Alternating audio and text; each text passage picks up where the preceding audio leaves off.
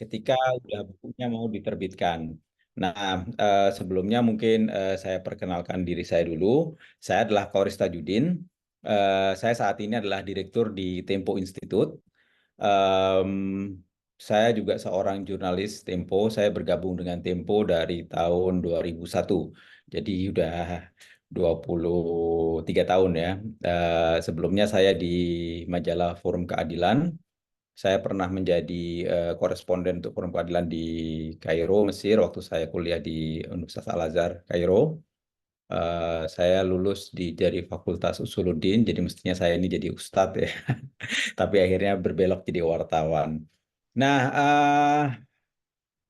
lalu kemudian apa namanya, ada beberapa lompat-lompat ya. Saya nggak hanya di satu desk. Saya pernah di desk internasional. Waktu di desk internasional, waktu pertama kali kalau masuk di Tempo, saya dikirim ke Afghanistan untuk meliput perang di Afghanistan.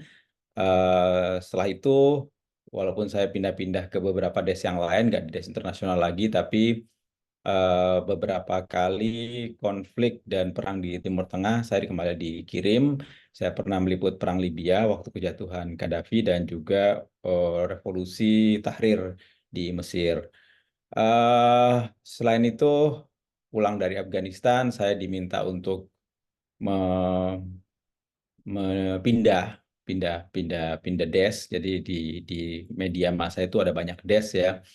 Ada internasional, ada nasional, ada kriminal, ada ekonomi, ada gaya hidup. Nah, saya setelah pulang dari Afgan diminta untuk menangani gaya hidup, menulis fashion dan segala macam, sesuatu yang sama sekali saya nggak bisa bayangkan. Nah, setelah itu saya pindah-pindah ke beberapa ini, termasuk diminta untuk menjadi direktur produksi di grup media Bintang Indonesia. Ada empat media, 4 atau 5 media di sana. Waktu itu saya diminta untuk jadi direktur produksinya sebelum akhirnya Tempo kembali melepas Bintang Indonesia. eh saya share screen aja ya, biar ngomongnya lebih ini. Nah,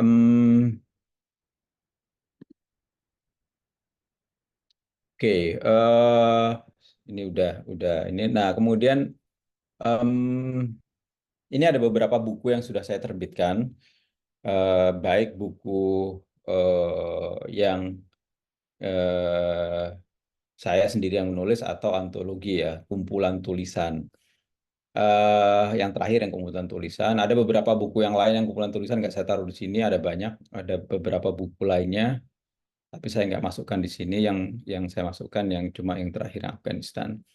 Jadi ini ada novel yang pertama, Mahasati, diterbitkan oleh Akur. Saya nggak tahu apakah penerbitnya sekarang masih ada atau enggak. Ceritanya tentang salah satunya dicuplik bukan kisah nyata, tapi saya ambil ketika saya di Afghanistan. Jadi ada sedikit tentang perang Afghanistan, yang lainnya tentang di Indonesia, lalu di tempat-tempat lain lainnya.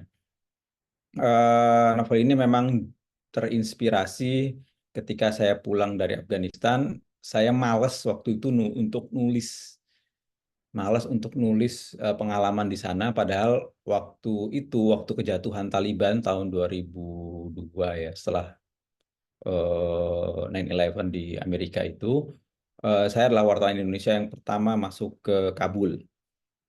Sebetulnya itu opportunity ya, opportunity, tapi itu hilang. Opportunity untuk membuat buku tentang Afghanistan itu hilang karena kesibukan, dan bukan kesibukan sih, sebenarnya kalau disempatin bisa gitu kan ya.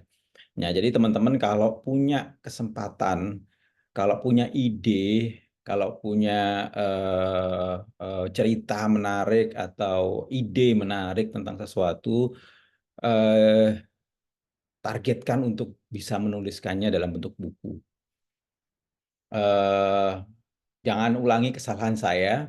Saya nggak bisa nulis buku. Akhirnya saya ya udahlah, karena udah lewat waktunya waktu itu. Waduh, momennya udah lewat gitu kan ya. Kalau mau nulis Afghanistan lagi pada waktu itu, kayaknya udah lewat nih. Ngapain ya? Akhirnya ya udahlah. Akhirnya sebagian pengalaman itu saya tuliskan dalam bentuk fiksi karena momennya udah lewat. Jadi teman-teman kalau bisa sih jangan lewatkan. Dan jangan khawatir, wah ini terlalu spesifik, buku saya nggak mungkin dibaca orang, nggak ada gitu. Pertama adalah hal yang menggembirakan adalah ternyata buku sekarang itu naik lagi. Jadi dulu buku itu sempat turun ya, sempat turun, kemudian orang menganggap bahwasanya dengan adanya sosial media dan segala macam orang nggak baca lagi buku. Ternyata salah. Buku naik lagi, dan yang menariknya lagi adalah pembaca buku belakangan itu bukan orang tua seperti saya, gitu kan ya. Justru anak-anak Gen Z, anak-anak eh, bahkan Alpha ya, itu yang justru lebih rajin membaca daripada generasi saya. Mungkin karena kemudahan. Teman-teman sekarang lebih mudah untuk menjangkau buku, ada begitu banyak baca apa namanya cara untuk membeli buku dengan lebih murah, e-book ya, tapi jangan yang bacakan ya, jangan jangan download gratisan PDF juga, karena teman-teman akan menjadi penulis. Penulis tidak akan mengkhianati penulis lain dengan membeli bajakan atau membeli atau gratisan PDF gratisan. Jadi hargai juga penulis yang lain dengan membeli buku yang menurut saya sih bisa. Kalau nggak bisa pun banyak sekali perpustakaan digital yang menyediakan buku-buku secara online gitu kan ya, bisa dipinjem. Nah, itu untuk yang pertama. Buku kedua, saya setelah saya cerita dulu ya Bu dari buku-buku ini, mungkin teman-teman nanti bisa bisa mengambil pelajaran dari beberapa kegagalan atau keberhasilan saya, kalau bisa dibilang keberhasilan. Tapi sih kebanyakan dari mungkin pelajaran terbaik adalah dari kegagalan, beberapa kegagalan. Lalu kemudian saya masuk ketika menerbitkan buku kedua, ini novel juga. Yang pertama novel, yang kedua novel lagi. Saya mencoba, kalau kemarin kan sama penerbit kecil ya, mungkin kurang kurang terlalu laku karena penerbitnya kecil, nggak punya jaringan toko buku yang baik. Akhirnya saya mencoba yang kedua dengan Gramedia. Gramedia itu ada banyak penerbit, teman-teman. Ada banyak sekali penerbit di bawah Gramedia. Gramedia itu tetangganya Tempo, bukan Tempo ya. Tempo dan Kompas beda. Nah, Gramedia itu punya Kompas. Ada KPG, ada penerbit Kompas, ada Gramedia, Pustaka Utama, GPU. Ada Alex Media Komputindo. Alex itu dulu itu menerbitkan buku-buku komputer zaman dulu. Zaman dulu kalau orang mau belajar komputer itu harus harus baca buku dulu gitu karena susah gitu kan ya. Nah, ada majalahnya dan segala macam. Tapi sekarang akhirnya kan orang kan sekarang kan komputer gampang banget gitu kan. Anak kecil aja udah bisa buka komputer, buka gadget dan segala macam. Jadi akhirnya mereka kehilangan pasar. Nah, kemudian Alex Media Komputindo itu mengganti dirinya, akhirnya menerbitkan apa saja, walaupun namanya tetap Komputindo, Komputer Indonesia, tapi tetap akhirnya mereka mengganti menerbitin buku apa aja, termasuk buku agama. Jadi letaknya itu di samping jalan kaki lah dari Tempo sini, dari kantor saya sini. Ini nggak jauh, itu punyanya Kompas. Itu ada penerbit itu. Nah, kemudian ternyata Mahameru novel saya kedua juga bernasib tidak terlalu baik juga gitu kan. Nah, eh, akhirnya ketika saya memutuskan untuk membuat buku ketiga, ini setelah saya berfiksi-fiksi di melo-melo dan berromantis-romantis di beberapa tahun sebelumnya, akhirnya saya memutuskan beberapa empat tahun yang lalu saya memutuskan untuk oke, saya mau menerbitkan buku tentang agama karena saya punya latar belakang pendidikan agama.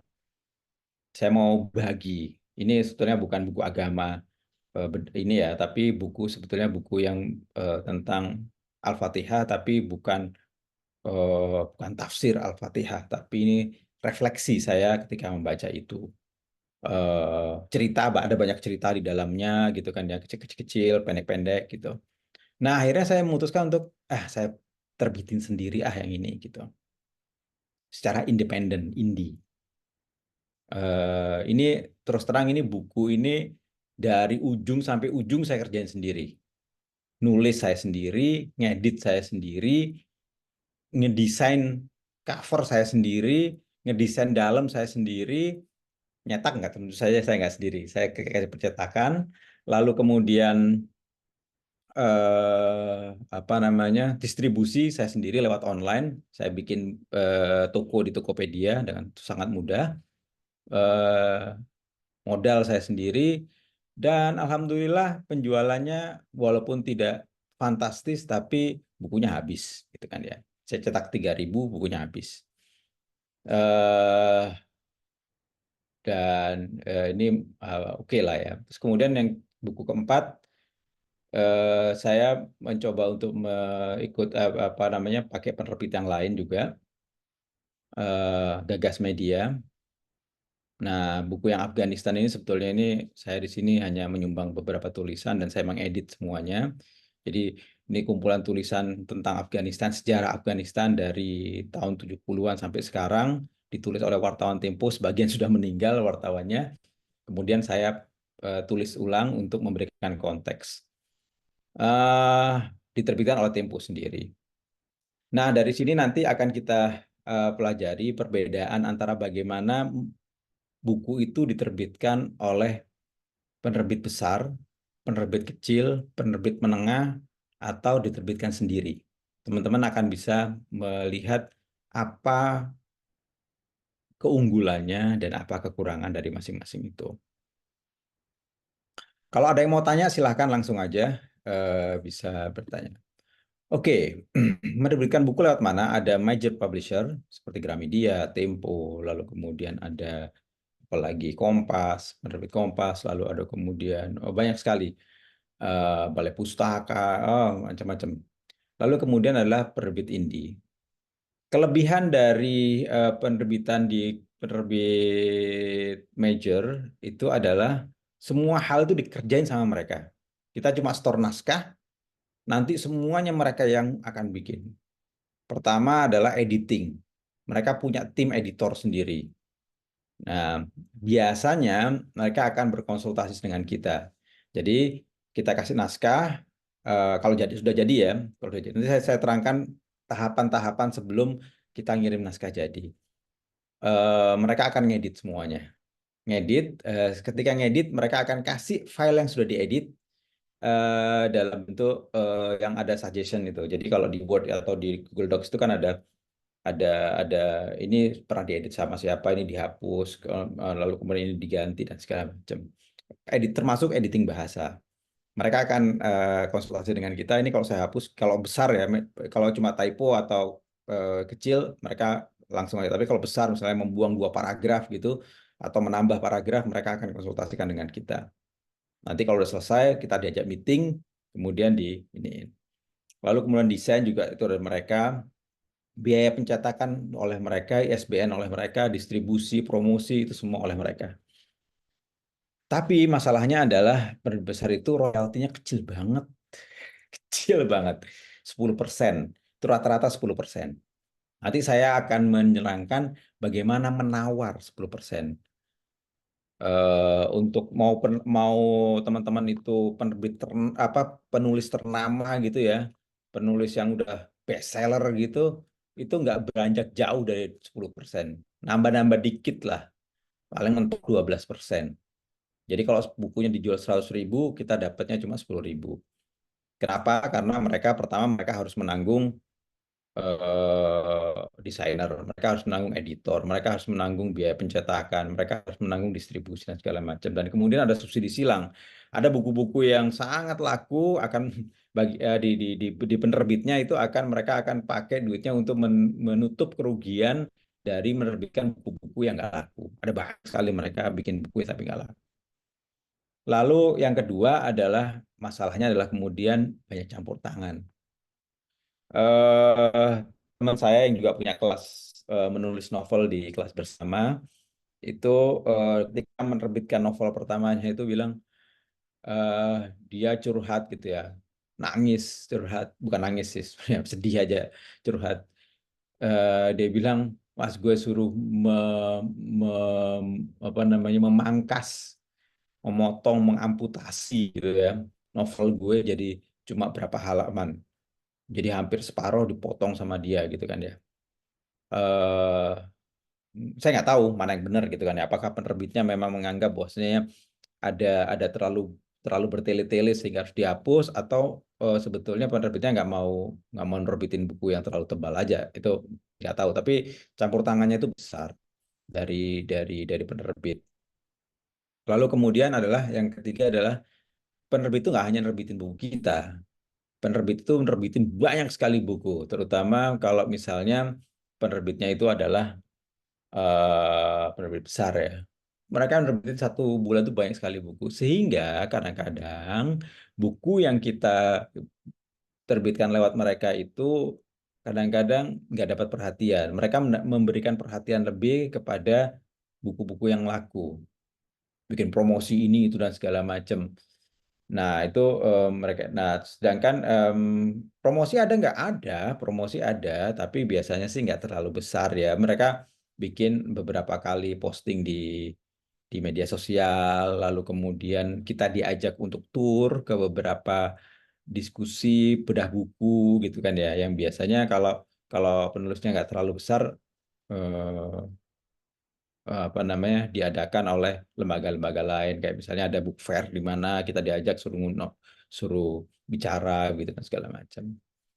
Lalu kemudian eh, sejumlah penerbit laporan penjualannya nggak lancar. Jadi sebetulnya setelah buku itu terbit, selama 3 bulan sekali atau 6 bulan sekali kita dikasih laporan penjualan sampai beberapa tahun ya, sampai misalnya setahun, atau kalau misalnya buku kita nggak ada grafiknya nggak bagus, ya udah akhirnya mereka berhenti untuk memberi kita laporan. Nah, ada beberapa penerbit yang saya bekerja sama itu laporannya nggak lancar, jadi mesti diminta dulu lama gitu baru mereka kasih gitu. Mereka karena mereka harus harus cek dulu kan ke toko buku dan segala macam. Jadi kadang-kadang memang nggak terlalu lancar. Nah, di sini udah ada pertanyaan. Em, saya baca dulu ya kalau seandainya ini akan sini. Oh, belum ada. Oke, saya lanjutkan lagi. Sorry. Oke. Ya, untuk independen, buku independen enaknya adalah royaltinya 100% buat kita. Kalau tadi cuma 10%, ini 100% buat kita semuanya.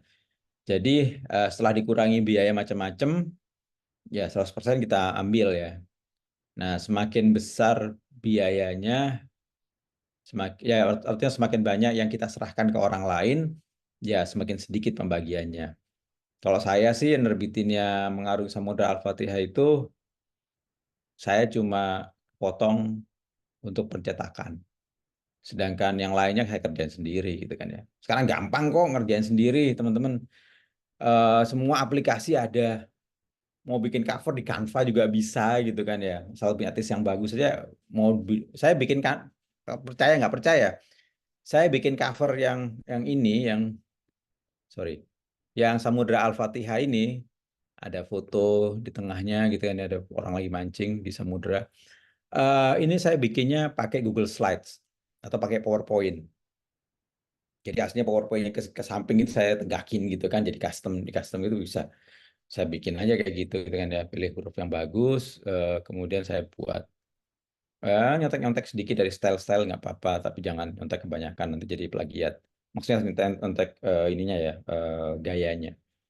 Foto saya ambil foto yang mendapatkan legitimasi gratis.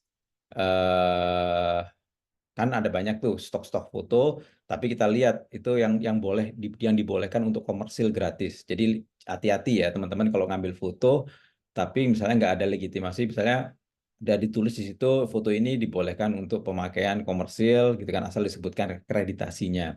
Nah, kita boleh ambil itu kita pakai, lalu sebutkan kreditasinya punya siapa, dan dia kita ambil dari yang mana. Kayak misalnya Unsplash, kan ada banyak foto bagus tuh kita pakai, tapi misalnya kita kasih kasih itu. Nah, itu boleh, tapi yang ada yang berbayar yang nggak boleh untuk komersil, hanya untuk misalnya hanya untuk keperluan non komersil. Nah, itu juga harus diperhatikan banget kalau misalnya nerbitin buku indie dengan itu. Nah, saya nggak banyak keluar, hanya untuk pencetakan saja, sehingga kalau nyetak itu sebetulnya murah sekali. Kita bisa bisa dapat keuntungan itu marginnya itu bisa sampai 70%, 50% lebih lah. Itu margin udah di tangan kita. Nah,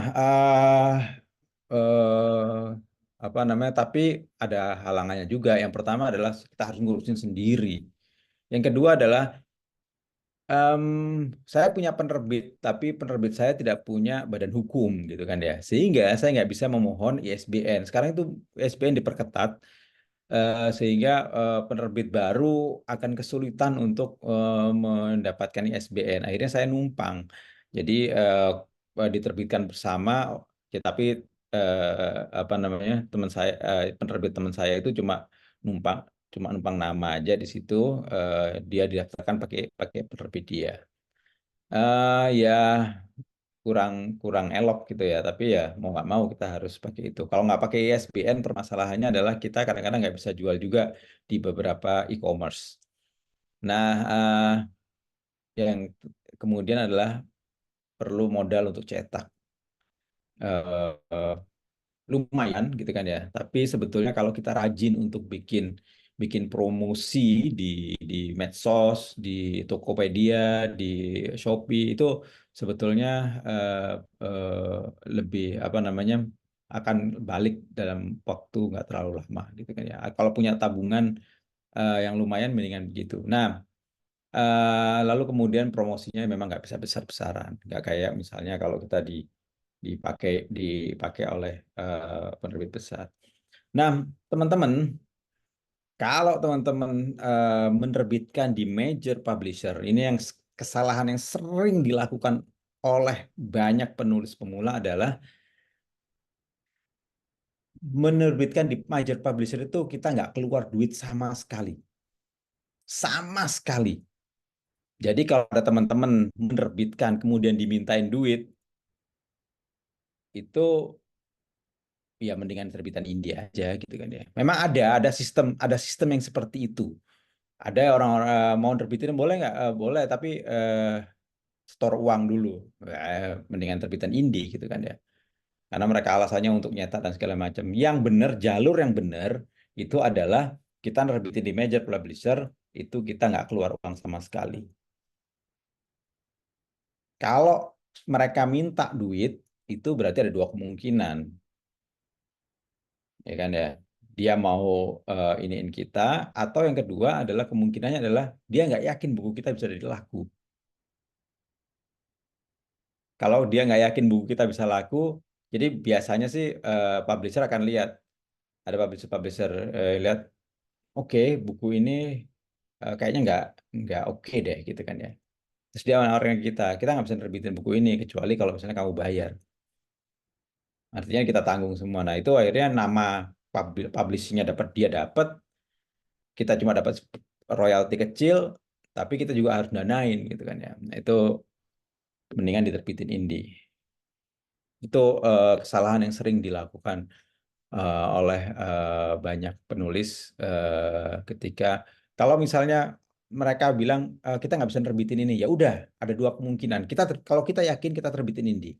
Kalau kita nggak yakin berarti atau kita setuju dengan judgement dia, berarti kita harus ubah buku itu, bongkar buku itu. Wah ini berarti buku gue nggak laku nih. Kita harus bongkar. Atau kita terbitin ke banyak ke atau kita kita tawarkan ke baik. Nah ini teman-teman yang sudah punya buku naskah, kalau bisa tidak menawarkan ke satu penerbit, tawarin nanti ke banyak penerbit. Kenapa? eh karena bisa jadi ada penerbit yang ini. Saya akan menerbitkan buku, insya Allah bulan Oktober ya akan keluar kalau nggak ada halangan. eh saya menawarkannya ke sejumlah penerbit. Ada dua penerbit yang tertarik dan akhirnya ya sudah saya seperti seperti lelang gitu ya, bukan lelang sih sebenarnya. Cuma saya minta masing-masing untuk memberikan penawaran. Mana yang menurut saya royaltinya tetap nggak berubah, tapi yang mana yang tawaran fasilitas lainnya yang lebih baik akan akan saya pertimbangkan. Nah, ini bernegosiasi dengan penerbit besar. Saya tadi bilang apa namanya, bagaimana saya ngasih ke banyak penerbit. Nah, ini pertama adalah percaya diri. Ketika kita mengirim email atau kita meeting dengan mereka, jadi biasanya adalah tahapannya begini. Tahapan mengirim kepada ini adalah pertama adalah kita kirim email 3 atau 4 bab isi dari buku itu. Jadi 3 4 bab ini maksudnya kalau kita punya 10 bab gitu ya, atau 20 bab, 3 atau 4 lah. Tapi kalau babnya cuma 5 ya jangan 3 atau 4 bab, ya satu aja gitu kan ya. Atau ya satu aja gitu kita kirim. Pokoknya sebagian aja ya, sekitar 20% lah. 20% itu udah cukup. 20% dari buku kita, dari tebal buku kita kirim ke dia. Nanti kalau mereka tertarik, baru kita kirim yang lengkapnya. Nah, eh, dalam email itu kita mengirimkannya itu kita harus menerangkan, karena begini, kita harus menerangkan dengan sangat menarik, karena penerbit itu setiap hari itu dibanjiri oleh orang-orang yang pengen bukunya diterbitkan. Kalau kita nggak kenal dengan orangnya, ya kan ya. Kalau bisa sih kita kenal, tapi kan agak jarang ya kita kita bisa berinteraksi langsung dengan para editornya. Kalau nggak kita kenal orangnya, maka kita harus memberikan first impression yang sangat bagus. Judul emailnya harus bagus, body text-nya kita harus langsung aja, eh, jangan pakai ini, jangan pakai terlalu banyak basa-basi. Biasanya para editor itu akan melewatkan paragraf pertama yang berisi basa-basi. Jadi udahlah, lupain aja itu ya. Basa-basi itu ya tulis aja sekedarnya gitulah. Langsung paragraf 1 baris lah, 1 baris 2 baris itu basa-basinya. Langsung kedua langsung ceritakan tentang buku. Buku ini apa, dan ceritakannya jangan bertele-tele, langsung ke apa sih yang menurut Anda kekuatan novel ini dan kenapa mereka harus memilihnya. Maksudnya harus itu jangan, bukan kita memaksa, tapi kita seperti menjual novel itu, menjual buku itu. Apa sih kira-kira yang menarik dari yang saya tulis itu apa? Kenapa beda dengan yang lain? Mereka memiliki misalnya buku tentang motivasi. Mereka punya buku banyak sekali tentang soft skill, tentang motivasi. Atau buku tentang manajemen. Mereka punya banyak sekali buku tentang manajemen. Bagaimana bisa menarik mereka untuk mengatakan ini buku ini lain dari yang lain? Sedikit aja, 2 3 paragraf udah selesai. 3 paragraf lah. Lalu kemudian kasih nomor dan segala macam, sama attach file yang tadi 3 atau 4 bab itu. Udah. Nah, kalau mereka menghubungi balik, lalu mereka bilang tertarik, baru kita kirimkan naskah fullnya. Kalau mereka udah oke, kita harus rajin ya.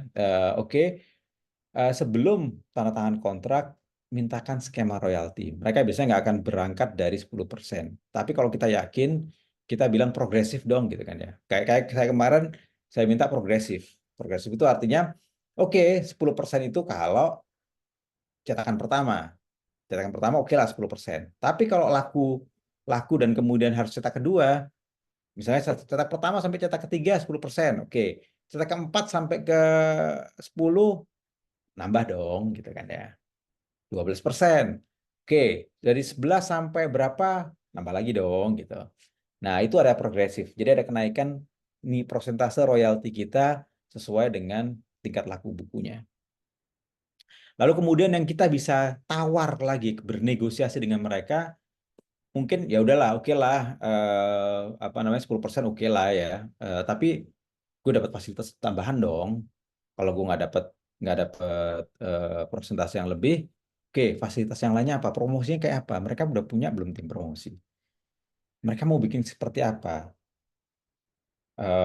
Kolaborasinya gimana? Biasanya sih nggak hanya mereka yang bikin promosi, tapi kita juga disuruh promosi. Oke, kita juga harus promosiin dong buku kita sendiri. Mereka mau bikin skemanya seperti apa? Bikin ada misalnya, oke, di TikTok bikin berapa video, di Instagram bikin berapa post, reels dan segala macam, eh, sebelum sebelum hari penerbitan, berapa berapa banyak dan apa yang kita ini, itu kita ini semua. Oke, kita sebutkan semua. Lalu kemudian saya sambil baca ini ya, sambil baca pertanyaan. Lalu kemudian siapkan pertahanan. Biasanya itu tadi itu penerbit akan cawe-cawe. Kesalahan saya adalah ada beberapa buku yang saya terlalu cepat, gampang luruh oleh pendapat mereka. Misalnya buku pertama itu covernya itu nggak kayak gitu awalnya itu. Cover yang keluarin jelek sekali, oh, jelek banget. Awalnya itu sudah dibuatin sama mereka buku yang bagus gitu kan ya. Tiba-tiba ownernya datang dan lihat, "Ah, ini nggak akan laku nih kalau begini, ganti," gitu kan ya. Diganti jelek gitu, saya bilang ya udah deh gitu kan. Nah, ya udah deh itu ternyata mahal harganya gitu kan ya. Novelnya nggak berkarakter, dijual juga nggak ini, akhirnya ya udahlah. Eh, Judul juga begitu. Saya pernah menyerah pada judul. Ada waktu itu ada teman Henry Manampiring ngasih judul ke saya bagus banget. Henry itu adalah tandem saya yang bukan tandem lah ya. Dia apa ya? Teman yang sangat teman yang sangat berjasa lah ya. Karena dia selalu nanyain ke saya, udah jadi belum bukunya, udah jadi belum. Ketika udah jadi, dia langsung nyari penerbit dan kemudian ngabarin ke penerbit, nih ada buku bagus nih, lo mau nggak? Saya tuh diteleponin oleh penerbit karena Henry yang merekomendasikan ke beberapa penerbit juga yang lain. Nah, walaupun akhirnya mungkin saya pilih bukan yang dia, tapi dia sangat berjasa untuk membuat saya akhirnya membuat dua buku terakhir. Kita mungkin perlu teman yang bisa memberikan dorongan kepada kita supaya kita berkarya terus ya. Nah, siapkan pertahanan. Jadi kalau mereka rayu, udah jangan gampang luluh. Jangan gampang luluh. Kita coba pertahankan. Akhirnya judulnya saya waktu itu dapat dikasih judul yang panjang. Akhirnya ya udahlah, gitu. Ya udahlah, pilih yang ini aja. Dan ternyata belakangan saya sesali. Lalu kemudian sepakati waktunya. Biasanya mereka oke oke kita terbitin ya. Nah, sepakati dulu waktunya kapan. Kapan mau diterbitinnya? 2 bulan, 3 bulan lagi. Biasanya kalau 3 bulan lebih cepat ya. 6 bulan lagi atau berapa? Berapa lama nih waktunya nih? Kasih tenggat waktu. Dan nggak apa-apa kalau misalnya mereka molornya terlalu lama, cabut aja. Misalnya udah 6 bulan ya, oke. Setahun belum belum terbit-terbit juga, ya udah cabut aja. Udah ya, saya kontraknya. Saya itu menandakan mereka nggak terlalu tertarik dengan novel atau buku Anda. Nah, kalau bisa sepakati waktu eh, untuk penerbitan-penerbitan yang tema-tema tertentu ya, kayak misalnya buku-buku Islam. Kalau bisa sih menjelang Ramadan gitu atau Ramadan gitu. Itu kalau bisa cari waktu yang seperti itu. Buku-buku tentang motivasi tahun baru gitu atau apa gitu. Tentang Indonesia Agustus gitu. Jadi coba cari-cari waktu yang. Oke, saya akan membaca beberapa eh, pertanyaan ya.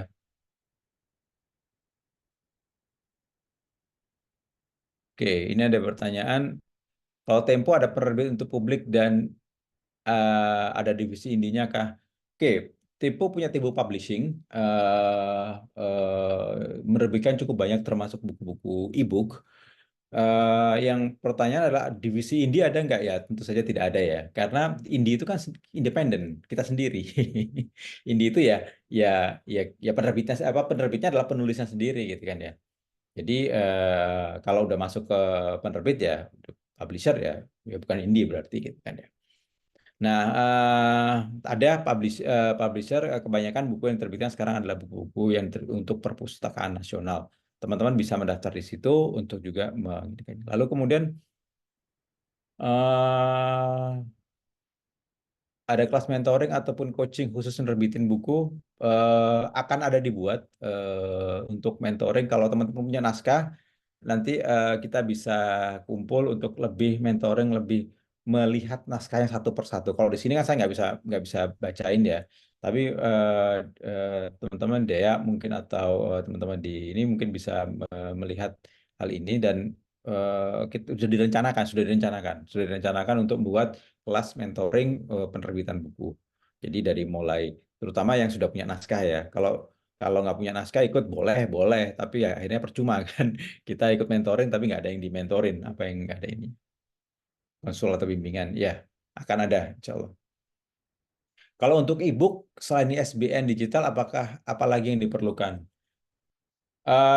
SBN itu sebetulnya perlu-perlu enggak ya. Artinya kalau mau nerbitin aja bisa gitu kan ya. Tapi memang SBN itu diperlukan ada untuk kepentingan beberapa hal. Untuk komersil kadang-kadang diperlukan, untuk masuk beberapa toko buku juga diperlukan, lalu kemudian untuk masuk di katalog perpustakaan nasional itu juga diperlukan. Yang lainnya sih nggak diperluin lagi sih, itu aja gitu kan ya. Cuma yang sekarang ini agak diperketat ISBN, sangat sulit, sehingga kalau dulu itu masih bisa kita mendaftarkan sebagai penerbit baru. Sekarang bisa tapi agak susah. Penerbit baru, kita kita kita masukin gitu ya, kita daftarin tuh agak rumit, harus ada PT dan segala macam. Apakah penulis buku kena PPh atau PPN dari penerbit? Tentu ada PPh atau PPN, tapi nanti akan disepakati PPh atau PPN itu ditanggung oleh siapa. Ini pertanyaan penting karena udah 10% kena potong lagi gitu kan ya. Kena potong 10% dari 10% kan 1%. Jadi kita dapatnya 9%. Belum lagi PPh 13%. Satu kok dapat ya 8, berapa persen akhirnya kita dapetin ya. Kalau misalnya kita memang tidak sepakati dari awal. Ini pertanyaan menarik dari Daru. Kalau Tempo ada penerbit untuk publik dan divisi, ya, oke, ini sudah ada. Oke, dari Mas Martinus bertanya, saya punya naskah novel dan coba untuk dikirimkan ke Grasindo. Sudah 4 bulan tidak ada respons. Berarti naskah saya belum lolos ya, karena memang ada penerbit yang tidak akan respon. Betul. Ada beberapa penerbit yang kalau nggak setuju nggak direspon. Jadi mendingan sih jangan ke satu penerbit, sebar ke sebanyak mungkin. Email itu kan kalau dulu nerbit apa namanya kirim ke nerbit itu kan dalam bentuk hard copy ya. Jadi kita perlu keluar duit. Sekarang kan enggak, kan pakai email. Jadi menurut saya sih sebanyak penerbit. Asal jangan di CC ya. Kalau di CC mereka akan tersinggung. Jadi mendingan kirim satu-satu tapi ke sebanyak-banyaknya. Mana yang respon duluan kita tangkap aja. Apakah Tempo punya lini buku anak? Lininya tidak ada buku anak sendiri, tapi yang diterbitkan beragam dari buku dewasa sampai buku anak-anak. Oke, nanti tolong Dea mungkin bisa ingatkan kalau misalnya ada pertanyaan yang belum saya jawab. Tapi saya mau ke slide berikutnya. Oke, bagaimana kalau kita menerbitkan secara independen? Pertama adalah siapin modal dulu. Selain udah ada bukunya, siapin modal.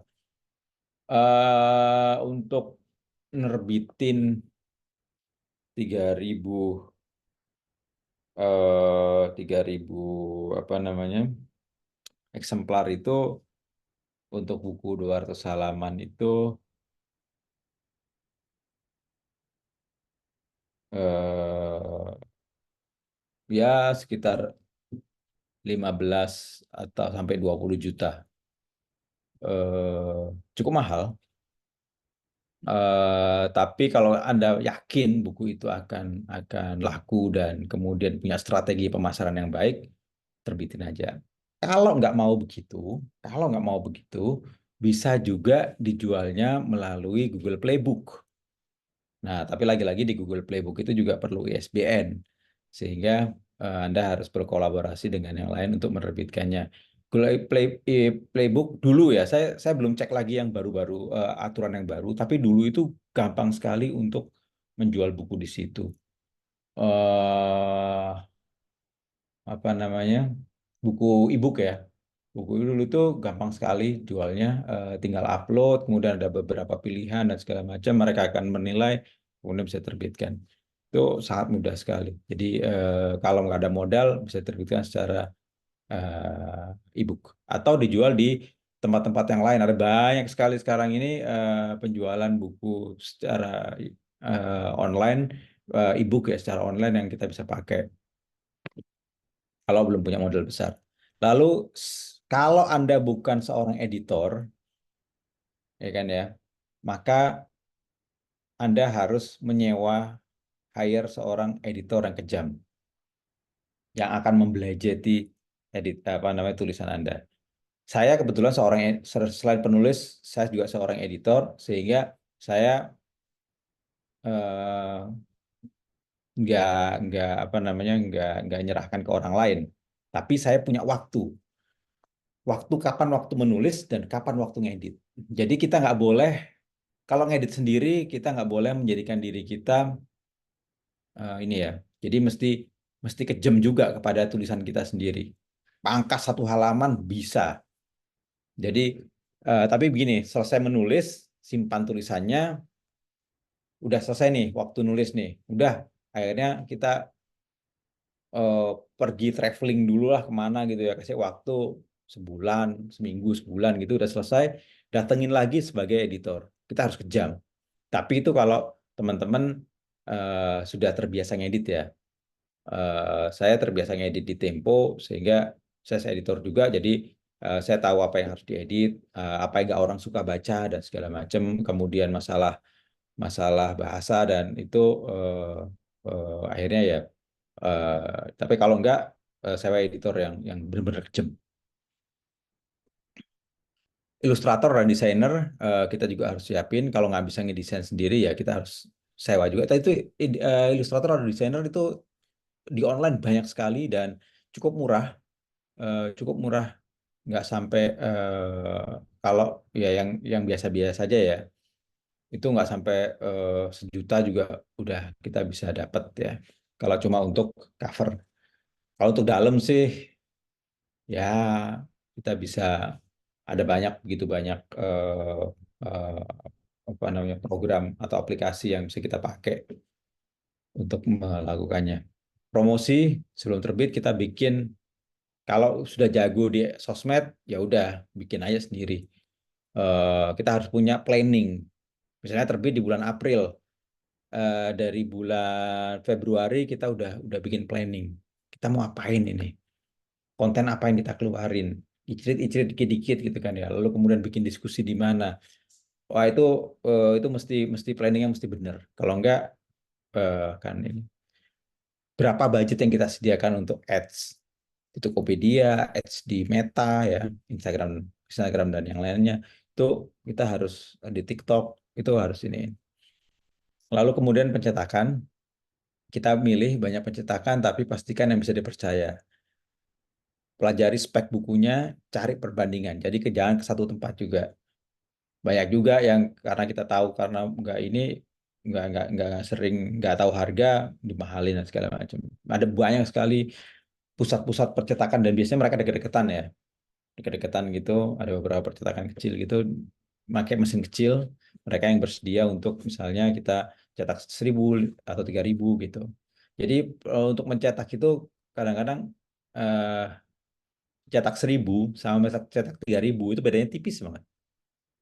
Tipis banget. Jadi akhirnya daripada pencetak 1.000 mendingan cetak 3.000 gitu kan ya. Karena bikin platnya sama dan segala macam. Oke, lalu kemudian distribusi, siapkan toko digital kalau memang nggak bisa distribusi, nggak bisa masuk ke toko-toko biasa. Dan kemudian ada banyak sekali toko buku online sekarang ini yang ada, kita bisa nitipin juga ke mereka. Pilih waktu sama kayak yang tadi ya, kapan mau terbitkannya. Oke, ada pertanyaan lagi. Semoga saya penyampaiannya nggak membosankan. eh untuk menulis sebuah buku bertema gender khusus tentang perempuan tapi diambil dari pengalaman pribadi, bagaimana ya caranya agar bisa menarik? Karena saya ada rencana menulis tentang perempuan dari pengalaman saja. Ada banyak macam eh pengalaman pribadi. Ada bisa dibikin tentang seperti memoir, jadi benar-benar pengalaman pribadi gitu kan ya. Kita ceritakan kembali biografi gitu ya, atau memoir atau profil atau apa gitu. Tapi kalau ada masalah dengan keamanan, ada masalah dengan kita nggak mau identitas kita kebuka, kita bisa mengubahnya menjadi fiksi. Itu bagaimana menarik? Semua isu itu pasti menarik. Semua isu itu pasti menarik. Tinggal bagaimana kita menuliskannya. Dan itu panjang ya. Artinya bisa di kelas ini saya menjelaskan bagaimana menuliskannya. Tapi semua isu itu menarik. Siapa yang percaya dulu bahwasanya eh, eh, penulisan apa tentang sejarah manusia itu bisa menjadi meledak sebelum Yuval Noah Harari bikin Homo sapiens. Itu pasti orang bilang, ya ini mah ilmunya ilmu ilmu ini nih pembahasannya terlalu membosankan gitu kan ya. Ngapain kita ngobrolin ini? Jadi pasti akan begitu. Jadi menurut saya sih apa mendingan coba cari buku-buku yang serupa dan coba dilihat mereka itu ini yang gimana. Tulis. Kisah-kisah yang pernah ada. Oh Aku ya, bacain juga nggak apa-apa. boleh boleh boleh. Oke, tadi mungkin kita kelewat nih Mas, Hmm. terkait kalau misalkan bukunya nggak laku, itu nanti kerugiannya ditanggung siapa nih, penerbit atau penulis? Udah Kalau dijawab kita belum? menerbitkannya di penerbit major, eh, yang nanggung kerugian ya penerbit. Jadi kalau di penerbit major itu enaknya adalah kita nggak menanggung kerugian sama sekali, kita nggak keluar duit sama sekali, sepeser pun kita nggak keluar duit kecuali kalau kita mau promosi sendiri. Artinya misalnya gini, wah Mas ada peluncuran buku nggak? Nggak ada. Kalau saya bikin sendiri boleh nggak? Boleh. Ya udah, bayar sendiri. Gitu kan ya. Tapi kalau untuk yang penerbitannya itu sama sekali kita nggak keluar duit. Itulah kenapa margin margin royalti kita kecil karena dia harus memperhitungkan kalau ini nggak laku berarti gua yang nanggung gitu. Penerbitnya yang nanggung gitu. Itu kira-kira. Oke Mas, ada lagi Mas, kalau misalkan penulisnya itu udah meninggal gitu ya, loyaltinya kemana nih? Misalkan kayak Imam Bukhari untuk buku hadis itu nanti loyaltinya larinya kemana? Oke, untuk biasanya kalau kalau yang buku-buku modern itu adalah eh, royaltinya itu kembali ke ahli waris. Kalau saya meninggal gitu kan ya, itu royaltinya kembali ke ahli waris. Tapi itu juga ada tenggat waktunya. Saya nggak tahu hukum di Indonesia seperti apa. Kalau paten itu kan ada tenggat waktunya. Kalau paten ya, itu kalau nggak salah tenggat waktunya misalnya paten itu misalnya ya, saya nggak tahu pastinya, saya lupa. Misalnya 20 tahun. Setelah 20 tahun itu milik publik. Demikian juga dengan beberapa karya buku. Buku-buku lama, terutama buku lama, itu tidak ada hak cipta. Oleh karena itu ada beberapa buku lama yang sudah jadi milik publik itu kita bisa unduh gratis di kalau buku bahasa Inggris ya atau buku yang diterjemahkan ke bahasa Inggris di Project Gutenberg. Itu ada banyak sekali buku klasik yang akhirnya diterbitkan kembali oleh banyak penerbit dan itu udah free, udah nggak ada lagi yang punya hak haknya. Itu kan itu udah yang termasuk yang nah sedangkan buku-buku kayak Imam Bukhari dan segala macam itu kan Imam Bukhari kan tidak menuliskannya sendiri. Dia bukan kalau Imam Bukhari masih menuliskannya. Beberapa beberapa yang lain tuh tidak menuliskannya. Beberapa kayak buku tafsir atau apa itu mereka menyampaikannya di majelis, kemudian ditulis oleh muridnya. Oleh karena itu kadang-kadang ada beberapa versi. Tapi kalau buku hadis biasanya ditulis. Nah tapi itu juga nggak ada royaltinya karena mereka nggak tanda tangan royalti. Akhirnya hak ciptanya ada siapa? Hak ciptanya ada pada orang yang mentranskrip ulang. Jadi kan transkrip kuno itu kan bentuknya kan dibacanya itu bisa macam-macam dan segala macam. Akhirnya kemudian ada orang-orang yang mencoba untuk mentranskrip ulang dengan mereka mengusahakan untuk menyamakan beberapa transkrip dari sekian transkrip itu kok ini kok di sini ada di sini nggak ada gitu. Nah, royaltinya dia pada orang tersebut. Gitu.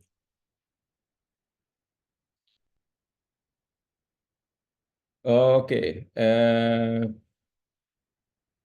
Oke, ini ada yang menarik dari Nadifah. Eh, iz- saya baru selesai tugas akhir semester dari kampus mensyaratkan untuk menjadikan tugas akhir ini menjadi buku yang ber-ISBN. Jadi saya mau cetak karena hanya sebagai kebutuhan tugas. Sekitar berapa buah saja. Jika seperti ini, apakah percetakan penerbit juga bisa menerima dan kira-kira membutuhkan biayanya? Oke, eh, kalau hanya untuk itu, berarti kita cuma pinjem penerbit untuk menerbitkannya ya. Pinjem pinjem pinjem nama. Pinjem nama ini saya untuk yang buku Mengarungi Samudra Al-Fatihah itu saya pinjam nama ke sebuah penerbit di Yogyakarta. Oke, saya pinjam nama dong, tapi saya pakai jadi ada dua penerbit di situ. Yang satu untuk mengurus SBN-nya. dia bolehkan untuk pinjam nama ya 500.000 gitu. Eh, jadi dia yang menerbitkan, tapi dia seolah-olah menerbitkannya. Memang akhirnya ya tanggung jawab kan sama dia kan. Jadi dia mengambil alih tanggung jawab itu. Jadi ongkosnya segitu. Eh, Menurut saya sih itu legal ya. Dalam artian karena nama penerbitnya itu masuk di situ juga. Tapi memang kemudian berapa banyak kita mau mencetaknya ya itu tergantung kita. Jangan jangan begini, jangan dititipin ke dia, dia suruh menerbitkan dan mencetakkannya. Karena itu kosnya akan mahal sekali. Sebaiknya kita pinjam aja, pinjam nama penerbit. Nah, ketika pinjam nama penerbit, saya itu hanya pinjam namanya, sedangkan semua proses yang lain itu saya kerjakan. Desain, kemudian yang lain pencetakan itu saya kerjakan semua. Jadi dia benar-benar hanya pinjam nama, hanya pinjam untuk diterbitkan oleh dia. Dan dia yang ngurus di ISBN ke Perpusnas. Dia yang ngurus. Jadi memang itu legal ya, karena dia mengurus sendiri. Nah, apa namanya, biayanya ya kalau kita cuma mau cetak sendiri ya, misalnya kita datang ke digital printing itu kan biasanya kan cuma itu kan pasti kan nggak bisa masuk ke percetakan tuh, karena kamu kan cuma untuk paling banyak berapa sih 10 ya, atau paling banyak ya itu nggak bisa masuk ke percetakan. Itu harus pakai digital printing. Digital printing memang mahal sekali ya. Digital printing itu jauh lebih mahal, mahal banget lah. Tapi ya mau nggak mau pakai itu karena percetakan nggak mau nerima buku cuma 10 gitu. Karena dia harus bikin plat dan segala macam. Prosesnya baru naik udah selesai gitu. Kira-kira seperti itu. eh Lalu kemudian ada 3 bab yang kita lampirkan ke email penerbit, formatnya Word atau PDF kah? Nah, eh untuk yang 3-4 bab saya biasanya pakai PDF. Walaupun bisa di copy sih, tapi itu kan menyulitkan ya. Karena PDF kan biasanya kan formatnya berubah dan segala macam. Tapi kalau untuk yang nanti ketika sudah diterbit, sudah mereka full, udah mereka oke saya tertarik, kami akan mengeditnya. Nah tentu kirim yang Word. Kenapa kirim yang Word? Karena ngedit di PDF nanti kesulitan mereka. Kalau 3 atau 4 paragraf mendingan PDF. Watermark perlu nggak? Saya sih nggak pakai watermark ya, karena kalau penerbitan terpercaya sih mereka mungkin tidak akan mencuri buku kita ya. Gramedia misalnya, nggak mungkin mereka mencuri buku kita. Kalaupun mencuri, mereka kan juga nggak dapat akhirnya. Kalau 3-4 bab itu kan dari misalnya dari 20 bab gitu ya. Tapi kalau misalnya dari 5 bab, kita kasih 1 bab gitu, atau setengah bab gitu. Mereka kan nggak tahu juga yang berikutnya seperti apa. Sama daftar isi, kita kasih daftar isi. Kalau memang bukunya bukan buku novel, sebaiknya pakai daftar isi. Karena mereka dari daftar isi kan bisa lihat kira-kira ini seperti apa. Ya saya lupa tadi masukin daftar isi untuk buku-buku yang bukan novel. Kalau novel kan daftar isi juga nggak berguna kan, nggak ada manfaatnya juga. Mereka nggak bisa menebak-nebak alurnya. Oke, ada pertanyaan yang belum saya jawab. Atau kalau mau tanya langsung nggak apa-apa, lebih baik. Saya lebih senang kalau misalnya langsung dialog. Karena nanti kalau jawabannya saya kurang bagus, bisa dilanjutkan dengan diskusinya. Ini ada lagi Mas Koris dari Kak Riuna. Gimana sih cara menentukan kelebihan naskah kita? Apakah ada hal-hal tertentu yang harus dipresentasikan ke penerbit?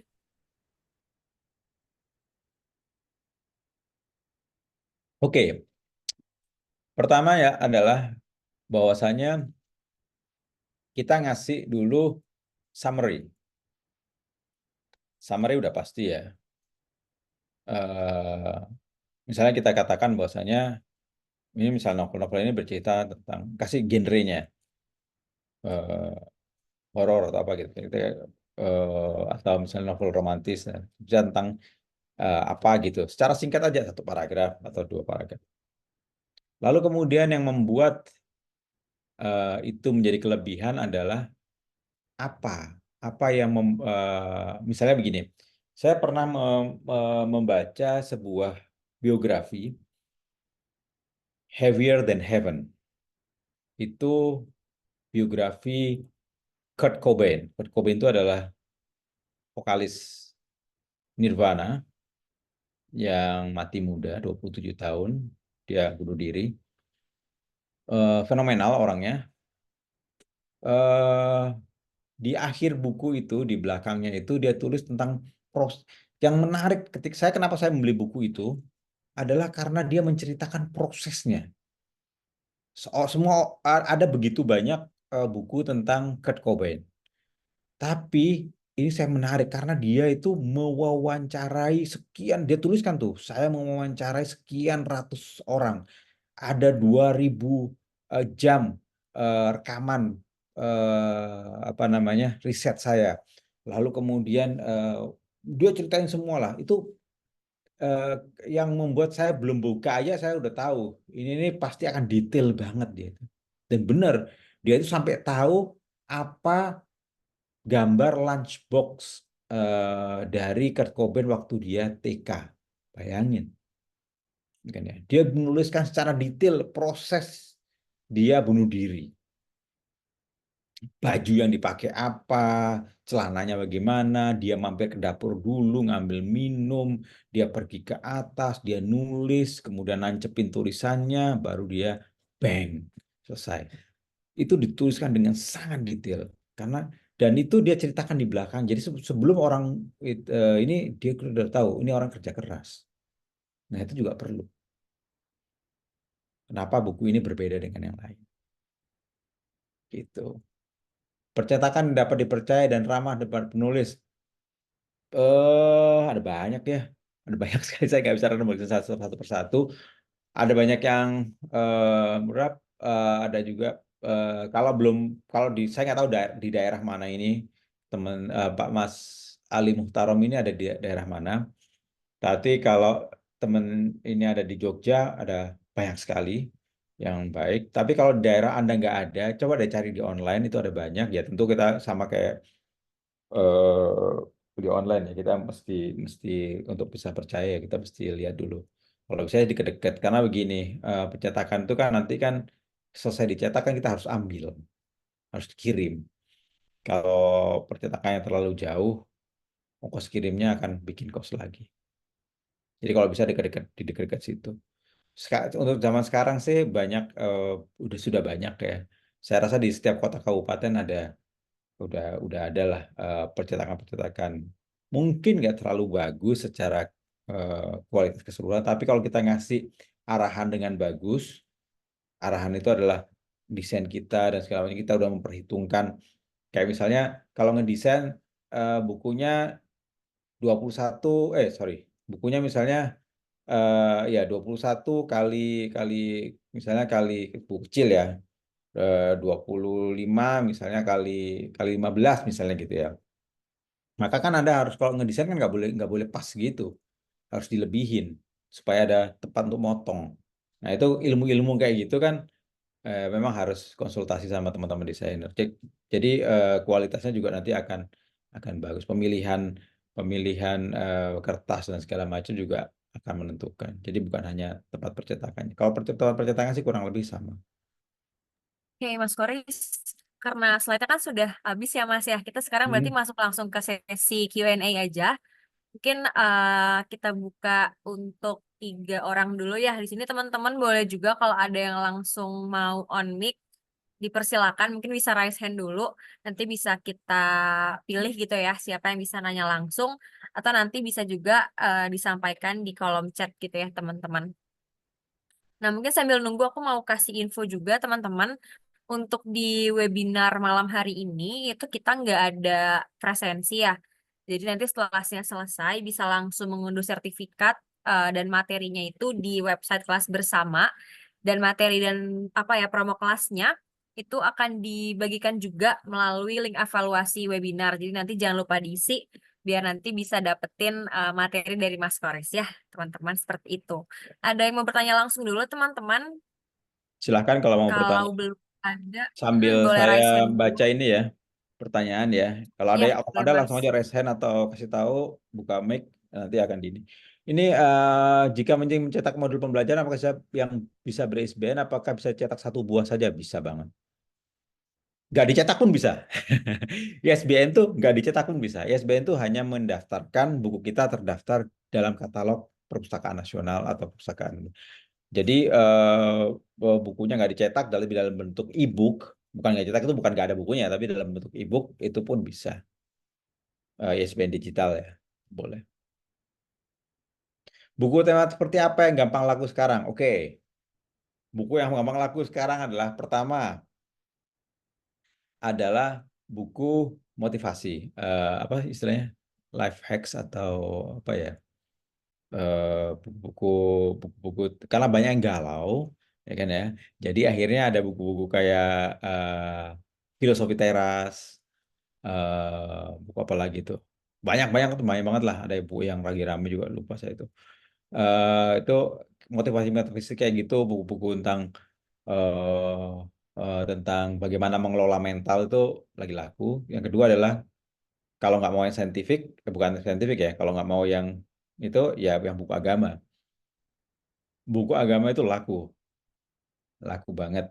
Eh, Lalu kemudian buku apa? Tapi buku apapun sih sebetulnya bisa laku. Kayak gini ya, bukunya Henry Manampiring itu Filosofi Teras itu kalau saya disodorin sebagai penerbit misalnya, disodorin buku itu, saya mungkin akan nolak. Kalau saya pemikirannya cuma soal komersil, karena kok bukunya berat banget ya tentang filosofi, tentang filsafat gitu, tentang filsafat tebel gitu kan ya. Tapi kan penilaian itu salah gitu kan ya. Ternyata bukunya meledak, meledak lebih sampai saat ini itu lebih dicetak lebih dari 50 cetakan, 50 apa namanya istilahnya? Ya, cetakan ya. Itu cetakan ke-50 sekarang itu. Kalau setiap nyetaknya aja minimal 3.000, itu kan udah 150.000. Itu gila itu. Dan itu di luar nurulnya semua penerbit itu kan ya. Judulnya itu udah judul yang berat gitu kan ya. Padahal pasti para penerbit akan bilang ganti dong judulnya dong gitu kan ya. Yang kedua pembahasannya juga tentang filsafat itu. Memang Henry menulisnya jago banget sehingga masalah filsafat itu bisa menjadi ringan. Tapi kalau saya sebagai penerbit yang komersil saya akan bilang, aduh, buku ini laku nggak ya gitu. Jadi jangan underestimate dengan tema yang kita punya. Nggak ada yang nyangka dulu itu filosofi teras itu akan laku segini besarnya. Jadi ada apapun menurut saya sih hajar aja boleh. Nih Mas, aku bantu bacain juga nih Mas. Mm-mm. Ada dari Kak Darukaloka.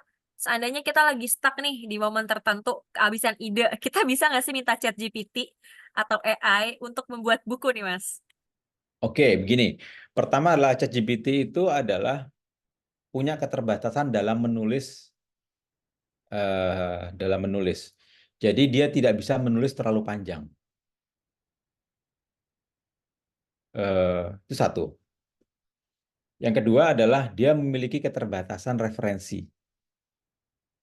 Jadi referensinya itu akan referensi umum. Bisa nggak kita bikin per bab aja, Mas? Atau subbab gitu, pendek-pendek kita dikumpulin. Bisa, tapi informasinya akan informasi umum. Sedangkan buku yang akan laku itu adalah kalau Anda punya suara sendiri. Mempermudah sih mempermudah. Betul mempermudah. Tapi kita harus, misalnya mempermudah, oke, eh, minta ChatGPT untuk bikin bikin ininya, bikin outline-nya, dibuatin sama dia. Emang yang minta ke ChatGPT untuk buatin outline cuma kita. Kan ada ribuan orang yang nanya yang sama gitu kan ya. Mereka kan pas keluar tuh punya lah sama semua gitu. Nah itu mereka tidak punya kekhasan.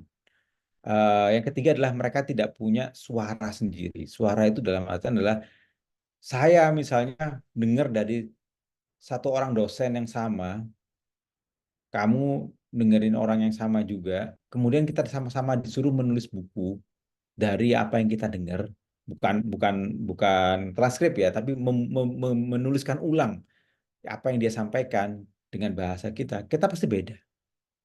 Saya pergi ke pantai yang sama, kita pergi ke pantai yang sama, kita melihat laut yang sama di saat yang sama, ketika suruh nulis pasti beda. ChatGPT, Assalamualaikum, ChatGPT. Pak Koris. Oh ya, silakan Pak.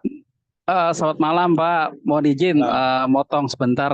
Ya. Eh, jadi Terima kasih Pak Koris sudah menjawab beberapa pertanyaan. Mungkin ini saya lagi di jalan juga ya, jadi mohon Baik. maaf kalau suaranya berisik.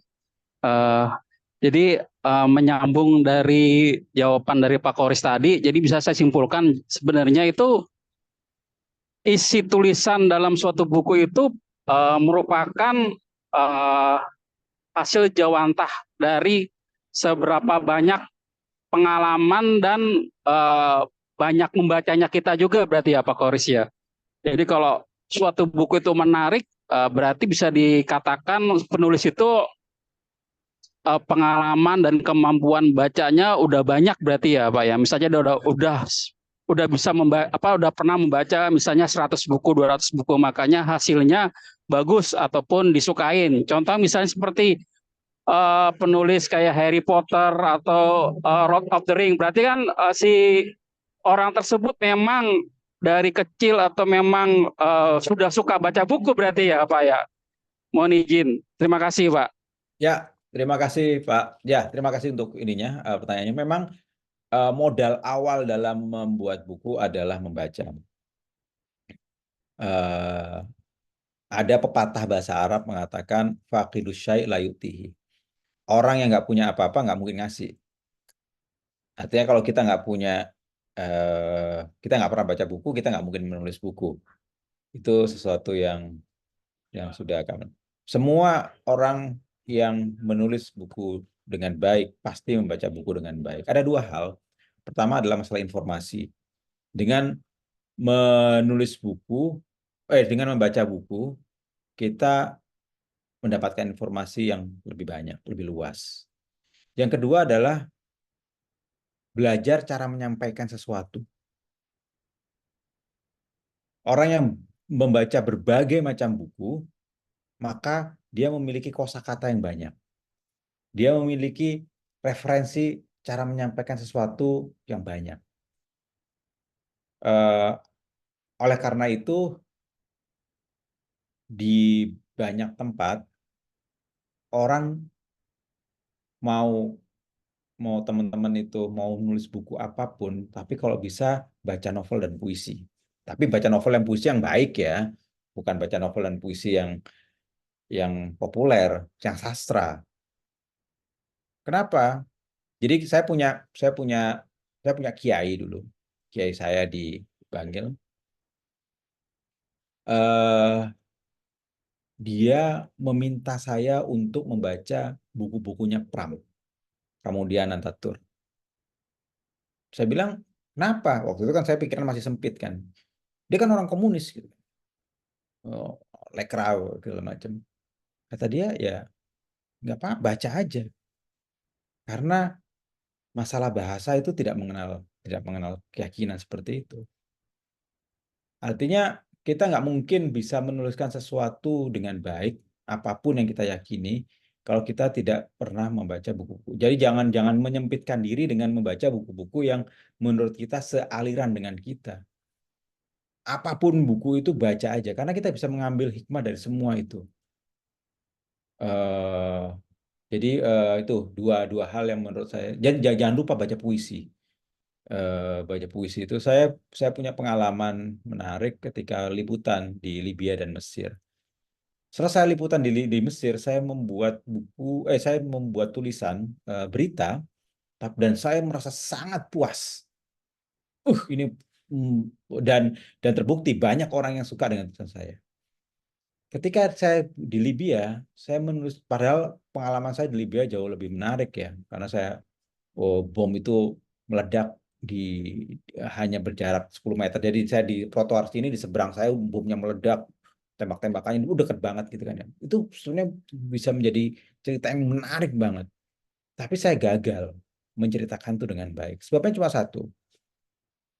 Ketika di Mesir, yang saya bawa itu buku-buku puisi.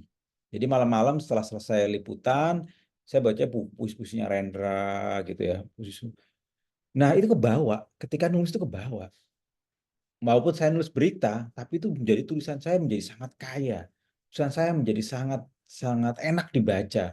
Tulisan saya menjadi sangat bisa menggambarkan, mendeskripsikan sesuatu dengan baik.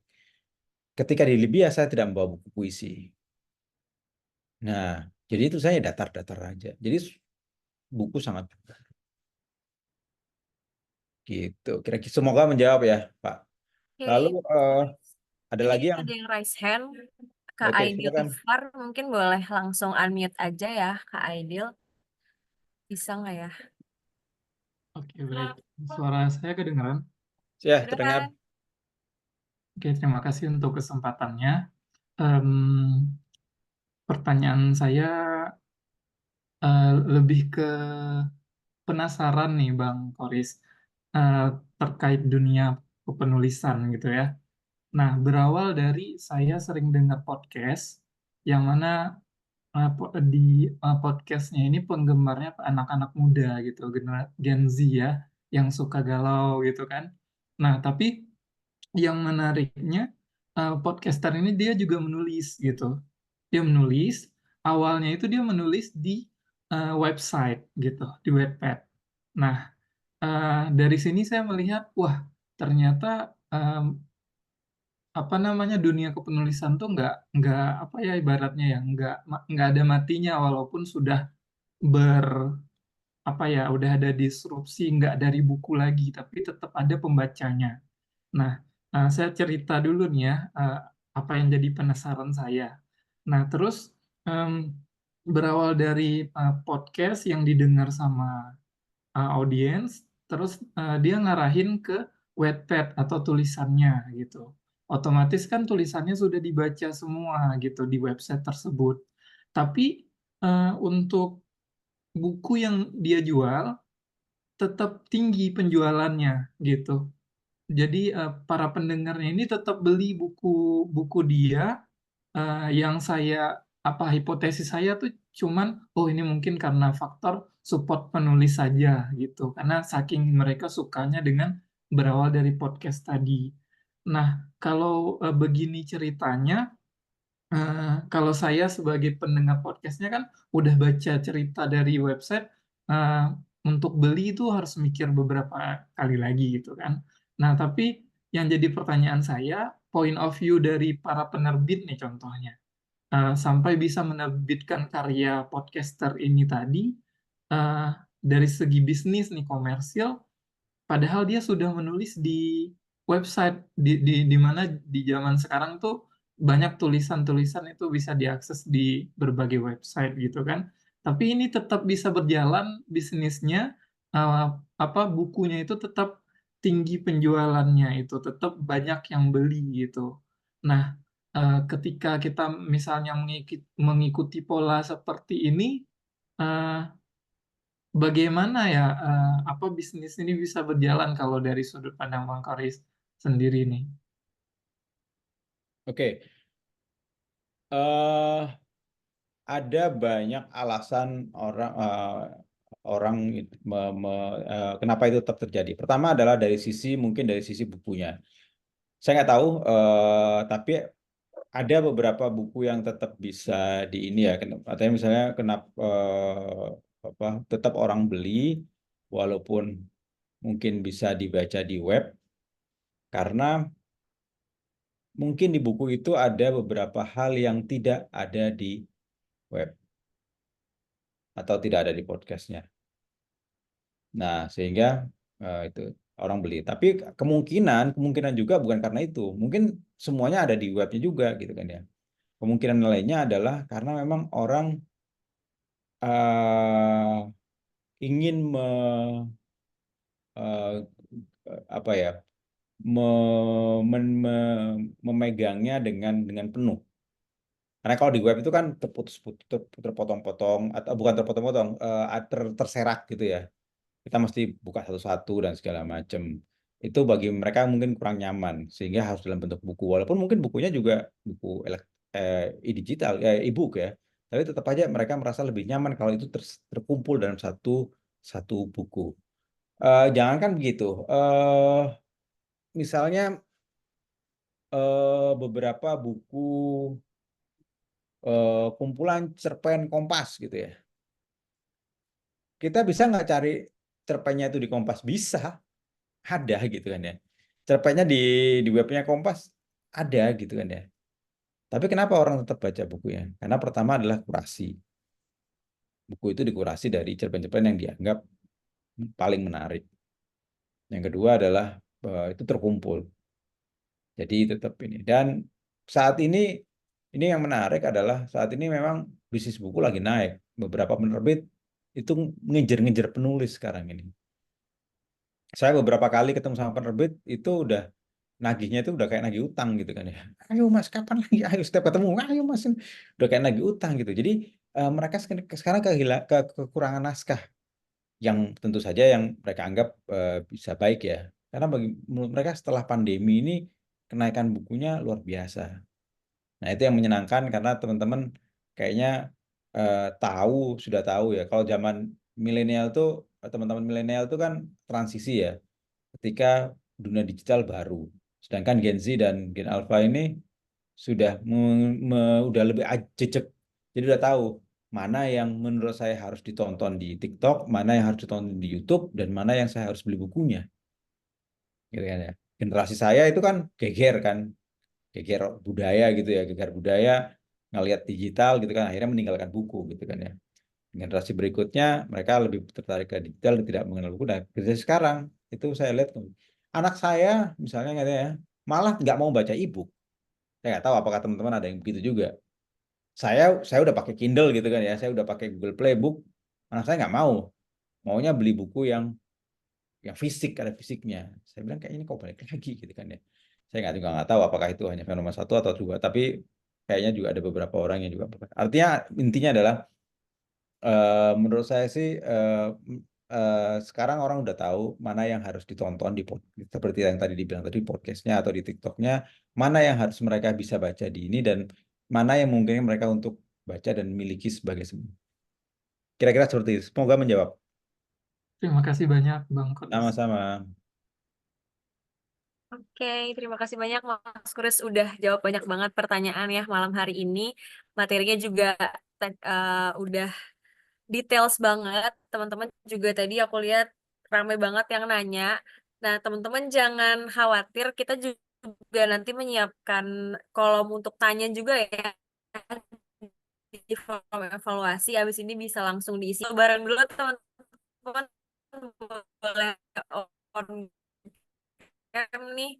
Aku pengen tahu nih teman bisa on cam dulu untuk foto bareng.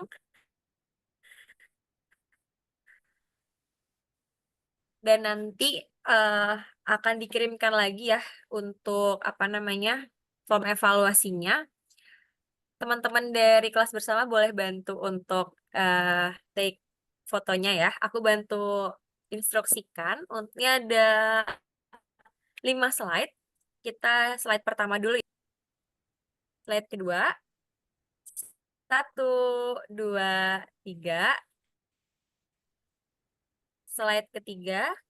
1, 2, 3. Slide keempat. 1, 2, 3. Terakhir slide kelima. 1. Teman-teman, mungkin dari Mas Kuris mau ada closing statement dulu nih, biar teman-teman mungkin makin semangat untuk menerbitkan Ya, buku. Kita boleh, Mas? ya teman-teman menerbitkan buku itu kalau tadi ada sebagian yang sudah niat menerbitkan buku, ada yang sudah menerbitkan buku. Tadi mestinya saya dikasih waktu deh ya untuk teman-teman yang sudah menerbitkan buku untuk apa namanya sharing juga pengalaman teman-teman yang mungkin pengalamannya akan berbeda dengan saya. Tapi semangat teman-teman untuk bikin buku. Kalaupun buku itu tidak diterbitkan nggak apa-apa.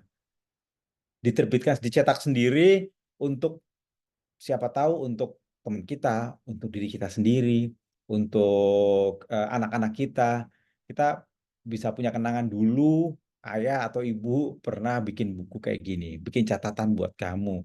Coba kamu, mereka mungkin akan mengenal kita dengan cara yang berbeda.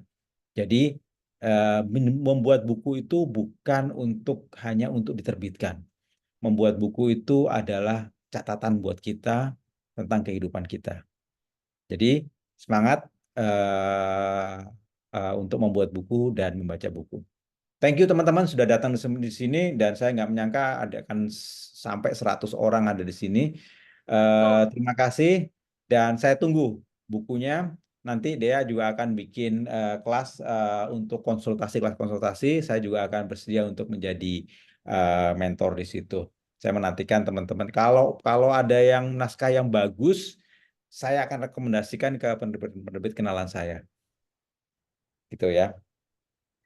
Sip. Oke, thank Yuk. you Mas Koris. Nanti teman-teman boleh tadi yang udah punya naskah, mungkin nanti kita bisa adain juga nih webinar sharing-sharing ya Mas Koris ya. Ya. Teman-teman dari berbagai genre mungkin buku yang nanti akan diterbitkan, nanti teman-teman boleh aja request ya ke teman-teman dari kelas bersama. Jangan lupa gabung di komunitas kita ya di WhatsApp. Bisa juga follow Instagramnya kelas bersama teman-teman. Nah, ini juga sudah dikirimkan ya untuk link evaluasinya bagi teman-teman yang mau dapat sertifikat dan materi sekaligus record webinar kita pada malam hari ini. Silakan diisi dulu.